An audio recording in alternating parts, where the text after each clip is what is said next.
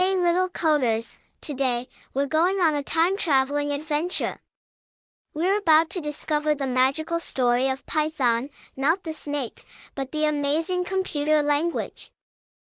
Once upon a time, in the year 1989, a super smart man named Guido van Rossum was working in the Netherlands.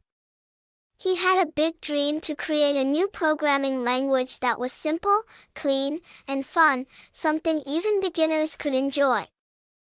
He wanted to make something cool during his holidays, just like when you build something with Lego blocks. You must be wondering, why is it called Python? Is it about snakes?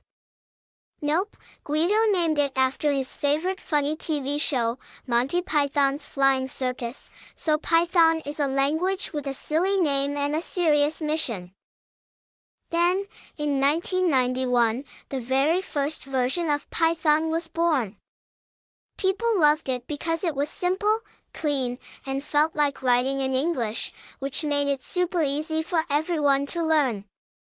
Since then, Python has grown bigger and smarter every year just like you. It's now used to make video games, build robots, design websites, and even fly rockets to space. Now in 2025, Python is one of the most loved languages in the whole wide world. And guess what? You are now a part of Python's story. Isn't that amazing? So next time you write Python code, remember, you're using a language which is made with love, laughter, and a lot of creativity. See you soon little coders, and don't forget to like, subscribe, and join me next time for more coding adventures.